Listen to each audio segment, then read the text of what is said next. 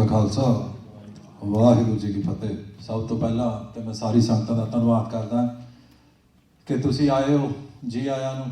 ते जिहड़ी अज मुख मुद्दा जिहदे बारे आपां गल कर रहे हैं ते गल करन जा रहे हैं वो अपना हैगा जस्टिस कैंपेन जिहड़ा असीं लॉन्च करना उहदे बारे। क्योंकि तुसी सुन ही लिया उन्हां दे परिवार कोलों कि उन्हां नूं उत्थे दे सिस्टम ते कोई यकीन नहीं है।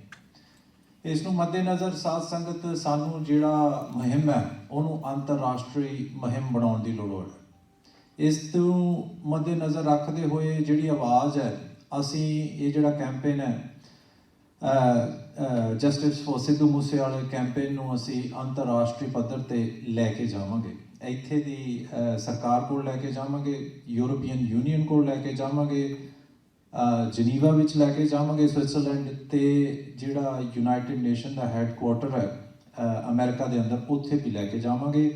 ਅਸੀਂ ਜਿਹੜੇ ਉਹਨਾਂ ਦਾ ਪਰਿਵਾਰ ਹੈ ਸਾਡੀ ਜਥੇਬੰਦੀ ਵੱਲੋਂ ਅਸੀਂ ਉਹਨਾਂ ਨੂੰ ਪੂਰਾ ਅਹਿਸਾਸ ਦਿਵਾਉਣਾ ਚਾਹੁੰਦੇ ਹਾਂ ਕਿ ਅਸੀਂ ਕੌਮ ਵੱਲੋਂ ਜਿੱਥੇ ਤਾਈਂ ਜਿਹੜੀ ਆਵਾਜ਼ ਹੈ ਪਹੁੰਚਣੀ ਚਾਹੀਦੀ ਹੈ ਹਰ ਉਸ ਦਾਇਰੇ ਤੱਕ ਤੁਹਾਡੀ ਆਵਾਜ਼ ਜਿਹੜੀ ਹੈ ਅਸੀਂ ਆਪ ਨਾਲ ਹੋ ਕੇ ਮੋਹਰੇ ਹੋ ਕੇ ਤੁਹਾਨੂੰ ਉੱਥੇ ਨਾਲ ਲੈ ਕੇ ਜਾਵਾਂਗੇ। ਤੇ ਜਿੰਨੇ ਵੀ ਪ੍ਰੋਗਰਾਮ ਆਲਰੇਡੀ ਜੋ ਪ੍ਰੋਗਰਾਮ ਨੇ ਉਡੀਕ ਦਿੱਤੇ ਗਏ ਨੇ 10 ਡਾਊਨਿੰਗ ਸਟਰੀਟ ਦਾ ਜਿਹੜਾ ਪ੍ਰੋਗਰਾਮ ਹੈ ਆਲਰੇਡੀ ਰੱਖਿਆ ਜਾ ਚੁੱਕਾ ਹੈ। ਤੇ ਜਿਵੇਂ ਜਿਵੇਂ ਉਹ ਪ੍ਰੋਗਰਾਮ ਅਗਾਂਹ ਵੱਧਦਾ ਤੇ ਅਸੀਂ ਤੁਹਾਡੇ ਨਾਲ ਜਾਵਾਂਗੇ। ਤੇ ਇਹ ਗੱਲ ਕਿਉਂਕਿ ਸਾਨੂੰ ਇਹ ਗੱਲ ਸਮਝਣ ਦੀ ਲੋੜ ਹੈ ਕਿ ਕੀਤਾ ਕੀ ਜਾ ਰਿਹਾ ਹੈ। ਕੀਤਾ ਅਸਲ 'ਚ ਇਹ ਜਾ ਰਿਹਾ ਹੈ ਕਿ ਧੋਖਾ ਦਿੱਤਾ ਜਾ ਰਿਹਾ, ਫਰੇਬ ਕੀਤਾ ਜਾ ਰਿਹਾ, ਲੁਕਾਉਣ ਦੀ ਕੋਸ਼ਿਸ਼ ਕੀਤੀ ਜਾ ਰਹੀ ਹੈ। ਲੁਕਾਉਣ ਦੀ ਉਹ ਇਹ ਕੋਸ਼ਿਸ਼ ਕਰ ਰਹੇ ਨੇ ਕਿ ਉੱਥੇ ਕੁਝ ਹੋਇਆ ਹੀ ਨਹੀਂ, ਉੱਥੇ ਕੁਝ ਹੋਇਆ ਨਹੀਂ, ਸਭ ਉੱਥੇ ਸ਼ਾਂਤੀ ਹੈ, ਉੱਥੇ ਕਿਸੇ ਤਰ੍ਹਾਂ ਦੀ ਕੋਈ ਰੌਲਾ ਪਾਉਣ ਦੀ ਜਾਂ ਗੱਲ ਕਰਨ ਦੀ ਲੋੜ ਹੀ ਨਹੀਂ। ਸਾਧ ਸੰਗਤ ਤੁਹਾਨੂੰ ਸਮਝਣ ਦੀ ਲੋੜ ਹੈ ਜਿੱਲੇ ਅੰਤਰਰਾਸ਼ਟਰੀ ਪੱਧਰ ਤੇ ਗੱਲ ਹੁੰਦੀ ਹੈ। ਮੈਂ ਬੇਨਤੀ ਕਰਨਾ ਚਾਹੁੰਦਾ ਆ ਕਿਸਾਨ ਅੰਦੋਲਨ ਦੀ ਗੱਲ ਹੋਈ ਹੈ। ਕਿਸਾਨ ਅੰਦੋਲਨ 2 ਸਾਲ ਚੱਲਿਆ, 3000 ਤੋਂ ਉੱਤੇ ਲੋਕ ਉਸ ਅੰਦੋਲਨ ਵਿੱਚ ਸ਼ਹੀਦ ਹੋ ਗਏ। ਸਰਕਾਰ ਨੂੰ ਉਹਦੀ ਕੋਈ ਅਸਰ ਨਹੀਂ ਪਿਆ। ਭੁਲੇਖਾ ਹੈ ਲੋਕਾਂ ਦੇ ਮਨਾਂ ਵਿੱਚ ਕਿ ਉੱਥੇ ਹੋ ਰਹੇ ਸੰਘਰਸ਼ ਦੇ ਨਾਲ ਸਰਕਾਰ ਨੂੰ ਕੋਈ ਟਸ ਤੋਂ ਮਸ ਹੋਈ ਹੈ। ਜਿਸ ਦਿਨ ਵਿਦੇਸ਼ਾਂ ਵਿੱਚ ਰੌਲੀ ਪਈ ਹੈ ਤੇ ਜਿਸ ਦਿਨ 31 ਅਕਤੂਬਰ ਨੂੰ ਖਾਲਿਸਤਾਨ ਰੈਫਰੈਂਡਮ ਦੀਆਂ ਵੋਟਾਂ ਪਈਆਂ ਨੇ ਉਸ ਦਿਨ ਚੀਕਾਂ ਨਿਕਲੀਆਂ ਨੇ। ਰਾਤੋਂ ਰਾਤ ਹਫ਼ਤੇ ਦੇ ਅੰਦਰ ਵੋਟਾਂ ਪੈਣ ਤੋਂ ਬਾਅਦ 'ਚ 3 ਕਾਨੂੰਨ ਬਣੇ ਕਾਨੂੰਨ ਮੈਂ ਬੇਨਤੀ ਕਰਨਾ ਚਾਹੁੰਦਾ ਉਹਨਾਂ ਨੂੰ ਵਾਪਸ ਲਿਆ ਜਾਂਦਾ। ਕਿਉਂ ਵਾਪਸ ਲਿਆ ਜਾਂਦਾ ਹੈ? ਕਿਉਂਕਿ ਆਪਣੀ ਝੂਠੀ ਦਿੱਖ ਨੂੰ, ਭਾਰਤ ਮਾਤਾ ਦਾ ਜੋ ਝੂਠਾ ਪ੍ਰਤੀਕ ਹੈ ਉਸ ਨੂੰ ਲੁਕਾਉਣ ਦੇ ਲਈ ਉਹਨਾਂ ਨੂੰ ਬਹੁਤ ਵੱਡੀ ਲੋੜ ਪੈਂਦੀ ਹੈ ਕਿ ਆਪਣੇ ਸੱਚ ਨੂੰ ਲੁਕਾਉਣ ਦੇ ਲਈ ਜੋ ਕੁਝ ਵੀ ਉਹਨਾਂ ਨੂੰ ਕਰਨਾ ਪਵੇ ਉਹ ਕਰਨ ਨੂੰ ਤਿਆਰ ਨੇ। ਇਸ ਕਰਕੇ ਅਸੀਂ ਇੱਕ ਤੋਂ ਸੇਧ ਲਈਏ ਕਿ ਜਿਹੜਾ ਇਹ ਅਸੀਂ ਕੈਂਪੇਨ ਚਲਾਉਣਾ ਹੈ ਅਸੀਂ ਮੋਹਰੇ ਹੋ ਕੇ ਇਹ ਕੈਂਪੇਨ ਚਲਾਵਾਂਗੇ। ਜਿੰਨਾ ਵੀ ਸਾਧ ਸੰਗਤਾਂ ਨੂੰ ਬੇਨਤੀ ਕਰਦੇ ਹਾਂ ਕਿ ਜੋ ਇਸ ਕੈਂਪੇਨ ਵਿੱਚ ਯੋਗਦਾਨ ਪਾ ਸਕਦੇ ਨੇ ਜ਼ਰੂਰ ਪਾਉਣ। ਇਸ ਗੱਲ ਨੂੰ ਤੁਸੀਂ ਇਹ ਜ਼ਰੂਰ ਸਮਝੋ ਸਾਧ ਸੰਗਤ, ਇਹ ਜਿਹੜੇ ਅੱਜ ਦੇ ਸ਼ਹੀਦ ਨੇ ਸਾਡੇ ਮੁੰਡੇ, ਧਿਆਨ ਦੇਣ ਵਾਲੀ ਗੱਲ ਹੈ, ਸਮਝਣ ਵਾਲੀ ਗੱਲ ਹੈ। ਜਿਹੜੀ ਗੱਲ ਅਸਲ ਵਿੱਚ ਆਪਾਂ ਸਮਝ ਨਹੀਂ ਰਹੇ। ਦੀਪ ਸਿੱਧੂ ਨੇ ਦੱਸਿਆ ਸਾਨੂੰ ਕਿ ਇਹ ਜੋ ਲੜਾਈ ਹੈ ਸਾਡੀ ਹੋਂਦ ਦੀ ਲੜਾਈ ਹੈ। ਸਾਧ ਸੰਗਤ ਥੋੜਾ ਜਿਹਾ ਇਹਨੂੰ ਸਮਝਣ ਦੀ ਲੋੜ ਹੈ। ਇਹਦਾ ਦੂਜਾ ਪਹਿਲੂ ਕੀ ਹੋਇਆ? ਇਹਦਾ ਦੂਜਾ ਪਹਿਲੂ ਇਹ ਹੋਇਆ ਕਿ ਹੋਂਦ ਦੀ ਲੜਾਈ ਉਹਨਾਂ ਦੀ ਵੀ ਹੈ। ਸਾਡਾ ਜੋ ਦੁਸ਼ਮਣ ਹੈ ਉਹਦੀ ਵੀ ਹੋਂਦ ਦਾਅ ਤੇ ਲੱਗੀ ਹੋਈ ਹੈ। ਕਿਉਂ ਡਰਦੇ ਨੇ? ਉਹ ਗੁਰੂ ਨਾਨਕ ਵਿਚਾਰਧਾਰਾ ਤੋਂ ਤਾਂ ਡਰਦੇ ਨੇ ਕਿ ਉਹਨਾਂ ਦੀ ਮੁਕੰਮਲ ਤੌਰ ਤੋਂ ਹੋਂਦ ਖਤਮ ਹੋਣ ਦਾ ਉਹਨਾਂ ਨੂੰ ਡਰ ਹੈ, ਤਾਂ ਕਰਕੇ ਉਹ ਡਰਦੇ ਨੇ। ਤੇ ਇਸ ਕਰਕੇ ਇਹ ਤੁਹਾਡਾ ਫਰਜ਼ ਬਣਦਾ ਹੈ, ਮੈਂ ਬੇਨਤੀ ਕਰਨਾ ਚਾਹੁੰਦਾ ਕਿ ਇਹ ਜੋ ਕੈਂਪੇਨ ਹੈ ਇਸ ਨੂੰ ਪੂਰੇ ਅੰਤਰਰਾਸ਼ਟਰੀ ਪੱਧਰ ਤੇ ਹਰ ਇੱਕ ਦੇਸ਼ ਵਿੱਚ ਹਰ ਇੱਕ ਅੰਤਰਰਾਸ਼ਟਰੀ ਦਾਇਰੇ ਤੱਕ ਲੈ ਕੇ ਜਾਇਆ। ਕਿਉਂਕਿ ਜੇ ਨਹੀਂ ਲੈ ਕੇ ਜਾਂਦੇ, ਮੈਂ ਬੇਨਤੀ ਕਰਨਾ ਚਾਹੁੰਦਾ ਤੁਹਾਨੂੰ ਸਮਝਣ ਦੀ ਲੋੜ ਹੈ, ਇੱਕ ਸਿੱਖ ਜੈਨੋਸਾਈਡ ਦਾ ਹਿੱਸਾ ਹੈ। ਇਹ ਸਿੱਖ ਕਤਲੇਆਮ ਹੋ ਰਿਹਾ ਹੈ। ਇਹ ਕੀਤਾ ਕੀ ਜਾ ਰਿਹਾ ਹੈ? ਆ 3 ਜੋ ਨੌਜਵਾਨ ਨੇ ਇਹਨਾਂ ਨੂੰ ਸਰਕਾਰ ਨੇ ਸ਼ਹੀਦ ਕਰ ਦਿੱਤਾ, ਕਤਲ ਕਰ ਦਿੱਤਾ। ਇਹ ਕਤਲ ਕਿਉਂ ਕੀਤਾ ਹੈ? ਤੁਹਾਡੀ ਹੋਂਦ ਨੂੰ ਖਤਮ ਕਰ ਰਹੇ ਨੇ ਕਿ ਜਿਹੜਾ ਵੀ ਬੋਲੂਗਾ ਅਸੀਂ ਉਹਨੂੰ ਖਤਮ ਕਰ ਦੇਵਾਂਗੇ। ਤੇ ਆ ਜਿਹੜਾ ਕਿਸਾਨੀ ਸੰਘਰਸ਼ ਸੀ, ਅਸਲ ਇਹਦੇ ਮਗਰ ਕੀ ਕਾਰਨ ਸੀ ਉਹਨਾਂ ਨੂੰ ਸੰਘਰਸ਼ ਕਰਨਾ ਪਿਆ? ਉਹ ਤੁਹਾਡੀਆਂ ਫਸਲਾਂ ਖੋ ਕੇ ਤੁਹਾਨੂੰ ਭੁੱਖੇ ਮਾਰਨ ਤੱਕ ਆ ਚੁੱਕੇ ਨੇ। ਇਹ ਜਿਹੜੀ ਸਰਕਾਰ ਹੈ ਭਾਰਤ ਮਾਤਾ, ਇਹ ਕਹਿੰਦੇ ਨੇ ਕਿ ਅਸੀਂ ਹਿੰਦੂ ਧਰਮ ਦੇ ਰਖਵਾਲੇ ਨੇ। ਪਿਛਲੇ 2 ਸਾਲ ਦਾ ਅੰਦਰ ਦਾ ਇੰਡੀਅਨ ਜਿਹੜਾ ਆਪ ਸਰਕਾਰ ਦਾ ਡੇਟਾ ਹੈ ਉੱਤੇ ਧਿਆਨ ਮਾਰਨ ਦੀ ਲੋੜ ਹੈ। ਭੁੱਖਮਰੀ ਨਾਲ 3 ਮਿਲੀਅਨ ਲੋਕ ਉੱਥੇ ਮਰ ਚੁੱਕੇ ਨੇ, ਸਿਰਫ ਭੁੱਖਮਰੀ ਨਾਲ। ਤੇ ਇਹ ਲੋਕ ਉਹ ਨੇ ਜਿਹੜੇ ਮੰਡੀਆਂ ਵਿੱਚ ਫਸਲਾਂ ਪਈਆਂ ਖਰਾਬ ਕਰਦੇ ਨੇ। ਕਿੰਨੇ ਟਨ ਫਸਲ ਖਰਾਬ ਹੋਈ ਹੈ ਪਿਛਲੇ ਸਾਲ, ਇਸ ਸਾਲ। ਜੇ ਇਹ ਸਰਕਾਰ ਚਾਹੁੰਦੀ ਤੇ ਉਹ ਅਨਾਜ, ਉਹ ਚੌਲ ਉਹਨਾਂ ਗਰੀਬਾਂ ਨੂੰ ਦੇ ਕੇ ਉਹਨਾਂ ਦੀ ਜਾਨ ਬਚਾਈ ਜਾ ਸਕਦੀ ਸੀ, ਪਰ ਨਹੀਂ।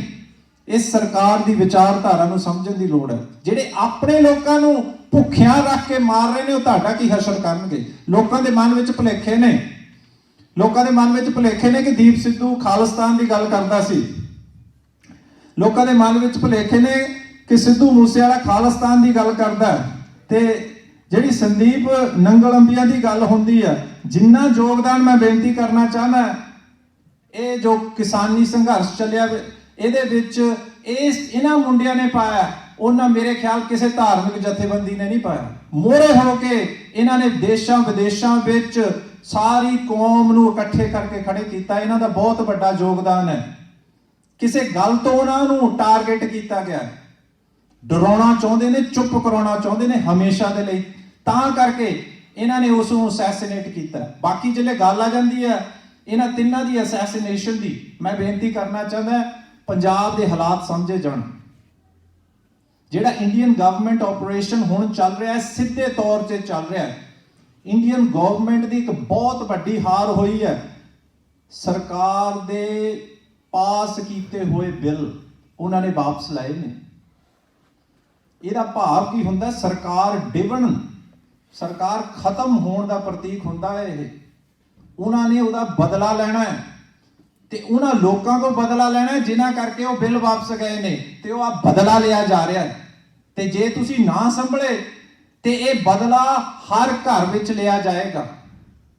ਇਹ ਤੁਹਾਡੇ ਮਨ ਵਿੱਚ, ਲੋਕਾਂ ਦੇ ਮਨ ਵਿੱਚ ਬਹੁਤ ਭੁਲੇਖੇ ਨੇ ਕਿ ਕਿਸੇ ਤਰ੍ਹਾਂ ਨਾਲ ਇਹ ਜੋ ਇੱਥੇ ਤਾਂ ਹੀ ਸੀਮਿਤ ਰਹਿ ਜਾਣਾ। ਮੈਂ ਫਿਰ ਬੇਨਤੀ ਕਰਨਾ, ਇਹ ਸਿੱਖ ਜੈਨੋਸਾਈਡ ਦਾ ਹਿੱਸਾ ਹੈ। ਇਹ ਫਿਰਕਾ ਪ੍ਰਸਤ ਹਕੂਮਤ, ਇਹ ਲੜਾਈ ਤੁਹਾਡੇ ਘਰ ਤੱਕ ਲਿਆਉਣ ਵਾਲੀ ਹੈ। ਇਹ ਜੋ ਸਾਡੇ ਨੌਜਵਾਨ ਸ਼ਹੀਦ ਹੋਏ ਨੇ, ਸਾਨੂੰ ਇਹਨਾਂ ਦੀ ਸ਼ਹਾਦਤ ਤੋਂ ਸਬਕ ਲੈ ਕੇ ਸੁਚੇਤ ਹੋਣ ਦੀ ਲੋੜ ਹੈ, ਜਥੇਬੰਦ ਹੋਣ ਦੀ ਲੋੜ ਹੈ, ਦੁਨੀਆ ਭਰ ਵਿੱਚ ਆਵਾਜ਼ ਉਠਾਉਣ ਦੀ ਲੋੜ ਹੈ ਕਿ ਇਹ ਇੱਕ ਸਿੱਖ ਜੈਨੋਸਾਈਡ ਦਾ ਹਿੱਸਾ ਹੈ। ਸਿੱਖਾਂ ਦਾ ਇੱਕ ਵਾਰ ਫਿਰ ਕਤਲੇਆਮ ਹੋ ਰਿਹਾ ਹੈ। ਪਹਿਲਾਂ ਉਹ ਲੀਡਰਸ਼ਿਪ ਮਾਰਦੇ ਨੇ ਤੇ ਫਿਰ ਤੁਹਾਨੂੰ ਘਰਾਂ ਵਿੱਚੋਂ ਆ ਕੇ ਮਾਰਨਗੇ। ਮੈਂ ਉਹਨਾਂ ਲੋਕਾਂ ਦੀ ਗੱਲ ਕਰ ਰਿਹਾ ਜਿਨ੍ਹਾਂ ਨੇ ਪਿਛਲੇ 2 ਸਾਲਾਂ ਵਿੱਚ 3 ਮਿਲੀਅਨ ਦੇ ਕਰੀਬ ਇੰਡੀਆ ਵਿੱਚ ਗਰੀਬ ਰਹਿ ਰਹੇ ਭੁੱਖੇ ਮਾਰ ਦਿੱਤੇ ਇਸ ਸਰਕਾਰ ਨੇ। ਜਿਹੜੀ ਸਰਕਾਰ ਕਹਿੰਦੀ ਹੈ ਬਾਹਰ ਗੱਲ ਨਾ ਕਰੋ, ਜਿਹੜੀ ਸਰਕਾਰ ਕਹਿੰਦੀ ਹੈ ਇੰਡੀਆ ਵਿੱਚ ਸਭ ਕੁਝ ਠੀਕ ਹੈ, ਭੁੱਖੇ ਮਾਰ ਦਿੱਤੇ। ਆਪਣੇ ਹਿੰਦੂ ਭੁੱਖੇ ਮਾਰੇ। ਮੈਂ ਬੇਨਤੀ ਕਰਨਾ ਚਾਹੁੰਦਾ, ਪੰਜਾਬ ਵਿੱਚ ਤੇ ਜਿਹੜੇ ਹਰਿਆਣਾ ਵਿੱਚ ਤੇ ਹੋਰ ਜਿੰਨੇ ਸਿੱਖ ਇਲਾਕੇ ਨੇ ਉੱਥੇ ਤੇ ਫਿਰ ਵੀ ਫਸਲਾਂ ਤੇ ਅਨਾਜ ਘਰੋਂ ਘਰ ਪਹੁੰਚ ਰਿਹਾ, ਪਰ ਜਿਹੜੇ ਮੈਂ ਗਰੀਬ ਇਲਾਕੇ ਨੇ ਜੇ ਉਹਨਾਂ ਬਾਰੇ ਗੱਲ ਕੀਤੀ ਜਾ ਰਹੀ, 3 ਮਿਲੀਅਨ ਤੋਂ ਉੱਤੇ ਲੋਕ ਮਰ ਚੁੱਕੇ ਨੇ ਭੁੱਖੇ, ਤੇ ਹੋਰ ਮਾਰਨ ਜਾ ਰਹੇ ਨੇ। ਮੰਡੀਆਂ ਦੀਆਂ ਵੀਡੀਓ ਅਸੀਂ ਤੁਹਾਨੂੰ ਸ਼ੋਅ ਕਰਨੀ ਸੀ, ਥੋੜੀ ਜਿਹੀ ਮੁਸ਼ਕਲ ਆ ਗਈ। ਹਜ਼ਾਰਾਂ ਟਨ, ਮੈਂ ਬੇਨਤੀ ਕਰਨਾ ਚਾਹੁੰਦਾ, ਹਜ਼ਾਰਾਂ ਟਨ ਅਨਾਜ ਚੌਲ ਇਹਨਾਂ ਨੇ ਮੰਡੀਆਂ 'ਚ ਪਾ ਕੇ ਖਰਾਬ ਕਰ ਦਿੱਤੇ, ਸਾੜ ਦਿੱਤੇ, ਲੋਕਾਂ ਨੂੰ ਭੁੱਖਿਆ ਮਾਰ ਦਿੱਤਾ। ਜੈਨੋਸਾਈਡ ਕਮਿਟ ਕਰ ਰਹੇ ਨੇ ਆਪਣੇ ਲੋਕਾਂ ਦਾ। ਤੁਹਾਡਾ ਕੀ ਹਾਲਾਤ ਕਰਨਗੇ? ਇਸ ਕਰਕੇ ਮੈਂ ਬੇਨਤੀ ਕਰਨਾ ਚਾਹੁੰਦਾ, ਮਨ ਵਿੱਚੋਂ ਭੁਲੇਖੇ ਕੱਢਣ ਦੀ ਲੋੜ ਹੈ ਤੇ ਤੁਹਾਨੂੰ ਸਮਝਣ ਦੀ ਲੋੜ ਹੈ ਹੋ ਕੀ ਰਿਹਾ, ਹਾਲਾਤ ਕੀ ਕਰ ਰਹੇ ਨੇ। ਤੇ ਇਹ ਜਿਹੜੇ ਕੈਂਪੇਨ ਹੁਣ ਅਸੀਂ ਚਲਾ ਰਹੇ ਹਾਂ, ਜਸਟਿਸ ਦਾ ਕੈਂਪੇਨ, ਇਹਨੂੰ ਹਰ ਇੱਕ ਦੁਨੀਆ ਦੇ ਹਰ ਇੱਕ ਕੇਂਦਰ ਤੱਕ ਅਸੀਂ ਲੈ ਕੇ ਜਾਵਾਂਗੇ। ਅਸੀਂ ਪਰਿਵਾਰ ਦੇ ਨਾਲ ਪੂਰੀ ਤਰ੍ਹਾਂ ਖੜੇ ਹਾਂ ਤੇ ਅਸੀਂ ਮੋਹਰੇ ਹੋ ਕੇ ਇਹ ਕੈਂਪੇਨ ਚਲਾਵਾਂਗੇ। ਪਰ ਕੌਮ ਇੱਕ ਗੱਲ ਜ਼ਰੂਰ ਸਮਝ ਲਵੇ, ਕੌਮ ਇੱਕ ਗੱਲ ਇਹ ਜ਼ਰੂਰ ਸਮਝ ਲਵੇ ਬਈ ਚਾਰਾ ਉਸ ਖਿੱਤੇ ਦੇ ਅੰਦਰ, ਉਸ ਲੋਕਾਂ ਦੇ ਨਾਲ ਤੇ ਉਸ ਢਾਂਚੇ ਦੇ ਨਾਲ ਕੋਈ ਤੁਹਾਡਾ ਭਵਿੱਖ ਨਹੀਂ ਹੈ। ਤੁਹਾਡਾ ਭਵਿੱਖ ਇੱਕ ਗੱਲ ਸਪਸ਼ਟ ਹੈ ਭਵਿੱਖ ਸਿਰਫ ਤੇ ਸਿਰਫ ਉਹੀ ਭਵਿੱਖ ਹੈ ਜਿਹੜਾ ਦੀਪ ਸਿੱਧੂ ਨੇ ਲਾਲ ਕਿਲੇ ਤੇ ਖਾਲਿਸਤਾਨ ਦਾ ਝੰਡਾ ਲਾ ਕੇ ਕੀਤਾ ਸੀ। ਉਸ ਤੋਂ ਬਿਨਾਂ ਤੁਹਾਡਾ ਕੋਈ ਭਵਿੱਖ ਨਹੀਂ ਹੈ। ਬਾਕੀ ਮੈਂ ਸੰਗਤਾਂ ਨੂੰ ਇਹ ਜ਼ਰੂਰ ਬੇਨਤੀ ਕਰਨਾ ਚਾਹੁੰਦਾ ਕਿ ਜਿਹੜਾ ਕੈਂਪੇਨ ਚੱਲਣਾ ਹੈ ਉਹਦੇ ਵਿੱਚ ਜਿੰਨਾ ਵੀ ਤੁਸੀਂ ਯੋਗਦਾਨ ਪਾ ਸਕਦੇ ਹੋ ਜ਼ਰੂਰ ਪਾਓ। ਬਾਕੀ ਮੈਂ ਸੰਗਤਾਂ ਨੂੰ ਬੇਨਤੀ ਕਰੂੰਗਾ ਕਿ ਲੰਗਰ ਲਗਭਗ ਰੈਡੀ ਹੈ, ਸਾਰੀਆਂ ਸੰਗਤਾਂ ਜ਼ਰੂਰ ਲੰਗਰ ਛਕ ਕੇ ਜਾਣ। ਤੇ ਅਸੀਂ ਆ ਜਿਹੜਾ ਕੈਂਪੇਨ ਹੈ ਇਹ ਸ਼ੁਰੂ ਕਰ ਦਿੱਤਾ। ਬਾਕੀ ਇਹਦੇ ਮੈਂ 2-4 ਪਹਿਲੂ ਹੋਰ ਵੀ ਦੱਸਣਾ ਚਾਹੁੰਦਾ। ਧਾਰਮਿਕ ਤੌਰ ਤੇ ਅਸੀਂ ਬੇਨਤੀ ਕੀਤੀ ਹੈ, ਅਰਦਾਸ ਕੀਤੀ ਹੈ, ਅਸੀਂ ਅਕਾਲ ਤਖਤ ਸਾਹਿਬ ਨੂੰ ਚਿੱਠੀ ਦੇ ਪ੍ਰਤੀਕ ਆਪਣਾ ਜਿਹੜਾ ਮਤਾ ਹੈ ਉਹਨਾਂ ਦੇ ਚਰਨਾਂ ਵਿੱਚ ਰੱਖਣਾ ਚਾਹੁੰਦੇ ਹਾਂ ਕਿ ਅਕਾਲ ਤਖਤ ਉੱਤੇ ਸਭਾ ਬੁਲਾਈ ਜਾਣੀ ਚਾਹੀਦੀ ਹੈ ਕਿ ਇਹ ਜਿਹੜੇ ਹਾਲਾਤ ਨੇ ਇਹਨਾਂ ਹਾਲਾਤਾਂ ਨੂੰ ਮੱਦੇ ਨਜ਼ਰ ਇਹ ਜੋ 3 ਸਾਡੇ ਸ਼ਹੀਦ ਨੇ ਇਹਨਾਂ ਨੂੰ ਕੌਮੀ ਸ਼ਹੀਦਾਂ ਦਾ ਦਰਜਾ ਦਿੱਤਾ ਜਾਵੇ। ਪੂਰੀ ਕੌਮ ਵੱਲੋਂ, ਸਮੁੱਚੀ ਕੌਮ ਵੱਲੋਂ ਇਹਨਾਂ ਨੂੰ ਸ਼ਹੀਦਾਂ ਦਾ ਦਰਜਾ ਦਿੱਤਾ ਜਾਵੇ। ਤੇ ਦੂਜੀ ਗੱਲ, ਕਿਉਂਕਿ ਜੇ ਇਹਨਾਂ ਨੂੰ ਇਹ ਦਰਜਾ ਨਹੀਂ ਦਿੱਤਾ ਜਾਂਦਾ ਤੇ ਸਾਨੂੰ ਇੱਕ ਬਹੁਤ ਵੱਡੀ ਮੁਸ਼ਕਲ ਆਏਗੀ। ਕੌਮ ਵਿੱਚ ਦੁਬਿਧਾ ਪੈ ਰਹੀ ਹੈ, ਕੌਮ ਵਿੱਚ ਨਾ ਸਮਝੀ ਪੈ ਰਹੀ ਹੈ ਕਿ ਉਹ ਸੋਚ ਰਿਹਾ ਹੈ ਕਿ ਇਹ ਜੋ ਘਟਨਾ ਹੈ ਸਿਰਫ ਇਹਨਾਂ 3 ਤੱਕ ਸੀਮਿਤ ਹੈ। ਮੈਂ ਫਿਰ ਬੇਨਤੀ ਕਰਨਾ ਚਾਹੁੰਦਾ ਇਹ ਸਿੱਖ ਜੈਨੋਸਾਈਡ, ਸਿੱਖ ਨਸਲਕੁਸ਼ੀ ਦਾ ਇੱਕ ਹਿੱਸਾ ਹੈ। ਜੇ ਅਸੀਂ ਇਹਦੇ ਖਿਲਾਫ ਅੱਜ ਆਵਾਜ਼ ਨਹੀਂ ਉਠਾਉਂਗੇ ਤੇ ਭੁਲੇਖੇ ਮਨ ਵਿੱਚੋਂ ਕੱਢ ਦਿਓ। ਮੈਂ ਬੇਨਤੀ ਕਰਨਾ ਚਾਹੁੰਦਾ ਉਹਨਾਂ ਨੇ ਹਰ ਇੱਕ ਉਸ ਬੰਦੇ ਕੋਲ ਬਦਲਾ ਲੈਣਾ ਹੈ ਜਿਹਨੇ ਕਿਸੇ ਤਰ੍ਹਾਂ ਦਾ ਵੀ ਇਸ ਸੰਘਰਸ਼ ਵਿੱਚ ਹਿੱਸਾ ਲਿਆ ਸੀ। ਉਹ ਲਿਖਤੀ ਰੂਪ ਵਿੱਚ ਕਹਿ ਚੁੱਕੇ ਨੇ, ਉਹ ਆਪਣੀਆਂ ਕਿਤਾਬਾਂ ਤੱਕ, ਆਪਣੇ ਇਸ਼ਤਿਹਾਰ ਤੱਕ ਇਹ ਜਾਰੀ ਕਰ ਚੁੱਕੇ ਨੇ ਵੀ ਅਸੀਂ ਬਦਲਾ ਲੈਣਾ। 21 ਲੋਕ ਨੇ ਜਿਨ੍ਹਾਂ ਨੇ ਉਹਨਾਂ ਦੇ ਖਿਲਾਫ ਆਵਾਜ਼ ਉਠਾਈ ਹੈ ਤੇ ਉਹਨਾਂ ਨੇ ਬਦਲਾ ਲੈਣਾ। ਇਹ ਗੱਲ ਤੁਸੀਂ ਜ਼ਰੂਰ ਸਮਝੋ। ਸਰਕਾਰ ਦੇ ਖਿਲਾਫ ਦਿੱਲੀ ਦੇ ਬਾਰਡਰ ਦੇ ਉੱਤੇ ਹਿੰਦ ਤੇ ਪੰਜਾਬ ਦੀ 2 ਸਾਲ ਜੰਗ ਹੋਈ ਹੈ। ਤੁਸੀਂ ਭਲਾ ਹੀ ਉਹਨੂੰ ਭੁੱਲ ਗਏ ਹੋ। ਉਹ ਸਦੀਆਂ ਤੱਕ ਉਸ ਨੂੰ ਨਹੀਂ ਭੁੱਲਣਗੇ। ਉਹਨਾਂ ਦੀ ਅਸਲੀਅਤ ਜਗ ਜ਼ਾਹਰ ਹੋਈ ਹੈ, ਦੁਨੀਆ ਵਿੱਚ ਉਹਨਾਂ ਦੀ ਅਸਲੀਅਤ ਸਾਹਮਣੇ ਆਈ ਹੈ ਵੀ ਕਿਸ ਕੈਲੀਬਰ ਦੇ ਲੋਕ ਨੇ ਉਹ। ਅਸਲੀਅਤ ਉਹਨਾਂ ਲੋਕਾਂ ਦੀ ਕੀ ਹੈ। ਉਹ ਕਦੀ ਵੀ ਇਸ ਨੂੰ ਬਰਦਾਸ਼ਤ ਨਹੀਂ ਕਰਨਗੇ, ਕਦੀ ਵੀ ਇਸ ਨੂੰ ਬਰਦਾਸ਼ਤ ਨਹੀਂ ਕਰਨਗੇ। ਲਾਲ ਕਿਲੇ ਤੇ ਚੜਿਆ ਹੋਇਆ ਨਿਸ਼ਾਨ ਉਹਨਾਂ ਨੂੰ ਆਉਣ ਵਾਲੀਆਂ 10 ਸਦੀਆਂ ਨਹੀਂ ਭੁੱਲੇਗਾ। ਉਹਨਾਂ ਦੀ ਹੋਂਦ ਤੇ ਹਮਲਾ ਹੈ। ਦੀਪ ਸਿੱਧੂ ਨੇ ਤੁਹਾਨੂੰ ਦੱਸਿਆ ਕਿ ਇਹ ਸਾਡੀ ਹੋਂਦ ਦੀ ਲੜਾਈ ਹੈ। ਇੱਕ ਗੱਲ ਮੈਂ ਤੁਹਾਨੂੰ ਜ਼ਰੂਰ ਦੱਸਣਾ ਚਾਹੁੰਦਾ, ਹੋਂਦ ਉਹਨਾਂ ਦੀ ਵੀ ਲਾਈਨ ਤੇ ਲੱਗੀ ਹੋਈ ਹੈ ਕਿਉਂਕਿ ਗੁਰੂ ਨਾਨਕ ਵਿਚਾਰਧਾਰਾ ਗੰਗੂ ਦੀ ਸੋਚ ਦੀ ਹੋਂਦ ਇਸ ਦੁਨੀਆ ਤੋਂ ਖਤਮ ਕਰ ਦੇਗੀ। ਇੰਨੀ ਕੁ ਬੇਨਤੀ ਪ੍ਰਵਾਨ ਕੀਤੀ ਜਾਵੇ ਜੀ। ਵਾਹਿਗੁਰੂ ਜੀ ਕਾ ਖਾਲਸਾ, ਵਾਹਿਗੁਰੂ ਜੀ ਕੀ ਫਤਿਹ।